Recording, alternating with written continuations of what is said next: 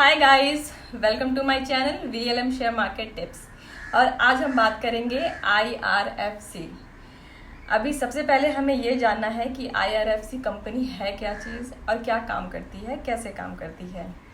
IRFC stand for Indian railway finance corporation. ऐसा होता था कि पहले 1986 से पहले जब भी इंडियन रेलवे को किसी भी टाइप के फाइनेंस की ज़रूरत होती थी तो वो गवर्नमेंट को कांटेक्ट करते थे। और गवर्नमेंट ऑलरेडी अपने देश के सारे कामकाज को लेके इतनी ज़्यादा बिजी रहती थी कि कई बार ऐसा होता था उनकी फंडिंग या किसी भी टाइप की जो फाइनेंशियल चीज़ें होती थी उनको देखने में, उनको जारी करने में डिले हो जाता था। तो गवर्नमेंट ने फिर ये सोल्यूशन निकाला कि RBI के अंडर में रख करके एक कंपनी को स्थापित किया जिसका नाम IRFC पड़ा, जिसके थ्रू इंडियन रेलवे को किसी भी टाइप के फाइनेंस की या किसी भी चीज़ की ज़रूरत होती है तो वो सारा काम काज ये कंपनी देखती है। IRFC का जब IPO आया था तो ये अराउंड 26 रुपीज़ पे आया था, लेकिन जब ये लिस्ट हुआ तो 24.89 रुपीज़ पे आया, माइनस में आने के बाद से। अगर इस कंपनी के बारे में देखा जाए तो ये कंपनी ज़्यादा मूव नहीं कर रही है। इसका अगर 52 वीक हाई एंड लो अगर देखा जाए तो इसका 52 वीक है हाई 26.70 एंड 52 वीक है लो 20.80, तो ज़्यादा मूवमेंट नहीं है इसमें। और अगर आज का मैं हाई और लो देखती हूँ तो आज का हाई है 23.35 and today 23.35 low and 23.65 high. अब देख सकते हैं कि इसमें ज़्यादा मूवमेंट नहीं है।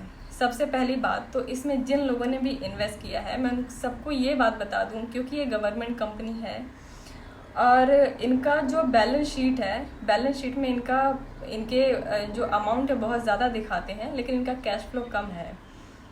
इसमें अगर वॉल्यूम देखें तो अराउंड 8 मिलियन वॉल्यूम है। इस कंपनी की वैल्यू 30,776 CR है, जो कि एज एक्सपेक्टेड अगर इंडियन गवर्नमेंट कंपनी है तो ऑब्वियसली इतना तो होगा ही। इस कंपनी में कोई भी प्रॉब्लम नहीं है, किसी भी टाइप की कोई भी, बस ये कंपनी एक long term kind of company है। जिस किसी ने भी पैसे इन्वेस्ट किया है और अगर आप ये चाहते हैं कि ये शॉर्ट टर्म में आपको ज़्यादा से ज़्यादा फ़ायदा दे दे तो वो पॉसिबल नहीं है इस कंपनी में। इस कंपनी में अगर आपको ज़्यादा फ़ायदा चाहिए, अगर आप इसको IRCTC से कंपेयर करते हैं तो ये वैसा मूव नहीं करेगा। जहाँ तक मेरी स्टडी है, मेरा ख्याल है, ये वैसा मूव नहीं करेगा। ये एक लॉन्ग टर्म कंपनी है और ये धीरे धीरे करके ग्रो करेगा। अभी क्योंकि ये कंपनी में ज़्यादा मूवमेंट नहीं हो रहा है तो मैं आप लोगों को यही कहूँगी कि अगर आप लोग एक्सपेक्ट करते हो कि आपको लॉन्ग टर्म शॉर्ट टर्म में ज़्यादा फ़ायदा चाहिए तो ये आपके लिए नहीं है।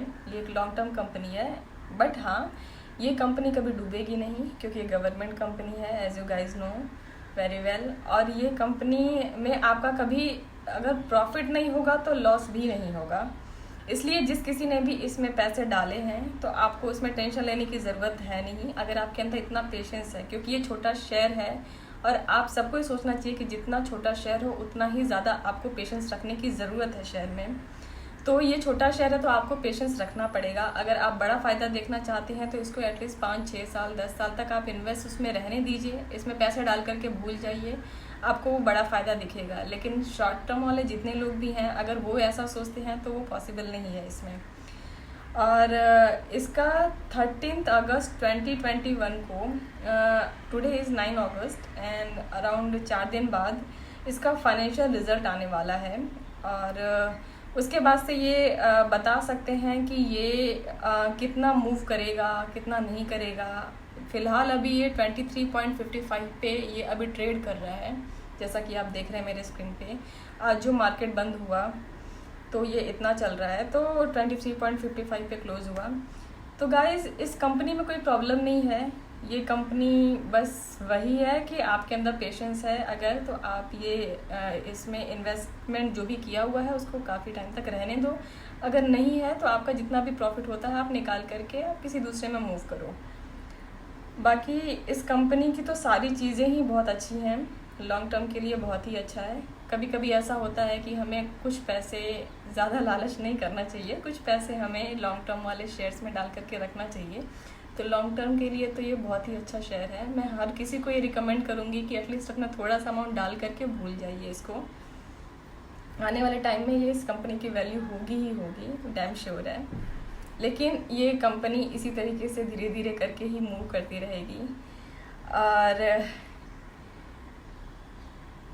बस इस कंपनी में इससे ज़्यादा कुछ भी नहीं है बताने के लिए। बाकी तो आपको इसकी वैल्यू पता ही है, 1806.48 लाख इसकी वैल्यू है, face value 10 rupees and lower circuit is 18.85, upper circuit is 28.25। तो this company is really nice.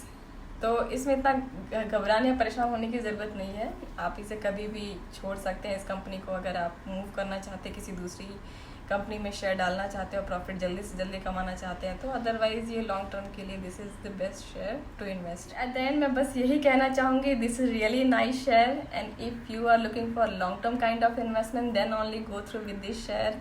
And if you don't have patience तो आप प्लीज़ इस शेयर के थ्रू मत जाइए, आप किसी और शेयर में इन्वेस्ट कीजिए। मार्केट में ऑलरेडी बहुत ढेर सारे शेयर्स हैं जिसमें आपको हैवी रिस्क के साथ साथ हैवी प्रॉफिट भी है, और इसमें रिस्क भी कम है, प्रॉफिट भी कम है। बट अगर आपका प्रॉफिट बहुत ज़्यादा नहीं होता तो आपका लॉस भी ज़्यादा नहीं होगा। और ये स्लो प्रोसेस है, धीरे धीरे करके बढ़ेगा, जैसे वो कछुए वाली कहानी, धीरे धीरे चाल में चलता जाता है और फिर लास्ट में जीतता है। तो सेम इस शेयर का भी यही सिनेरियो है। और गाइस मैं आप लोगों को रिक्वेस्ट करूंगी कि आप लोग किसी भी शेयर में पैसे डालने से पहले एक बार अपने फाइनेंशियल एडवाइज़र से ज़रूर राय ले लें, अपने खुद से स्टडी करें। और this video is only for educational purpose, मेरे या किसी के कहने पे ना जाएं, क्योंकि ये आपकी हार्ड अर्न मनी है। तो प्लीज़ आप अपने आप से एक बार सारी रिसर्च करने के बाद से ही शेयर में इन्वेस्ट करें। और इसके पहले मैंने शेयर में कल्याण ज्वेलर्स, सूर्योदय स्मॉल फाइनेंस बैंक और Adani power, Tata Motors and shares के बारे में जो भी वीडियो बनाया था उसका लिंक मैं आपको डिस्क्रिप्शन में दे रही हूँ। आप जा कर के उन्हें देखिए और आपकी जो भी राय हो इस वीडियो से रिलेटेड या उन वीडियो से रिलेटेड आप कमेंट बॉक्स में मुझे ज़रूर बताइए। और अगर आपको ये वीडियो पसंद आया हो तो do like, subscribe to my channel and hit the bell icon. और ऑल्सो आपके क्या सुझाव हैं, क्या राय है, और आप नेक्स्ट वीडियो किस शेयर पे जानना चाहते हैं, आप मुझे कमेंट बॉक्स में ज़रूर बताइए। Thank you guys, bye, stay safe.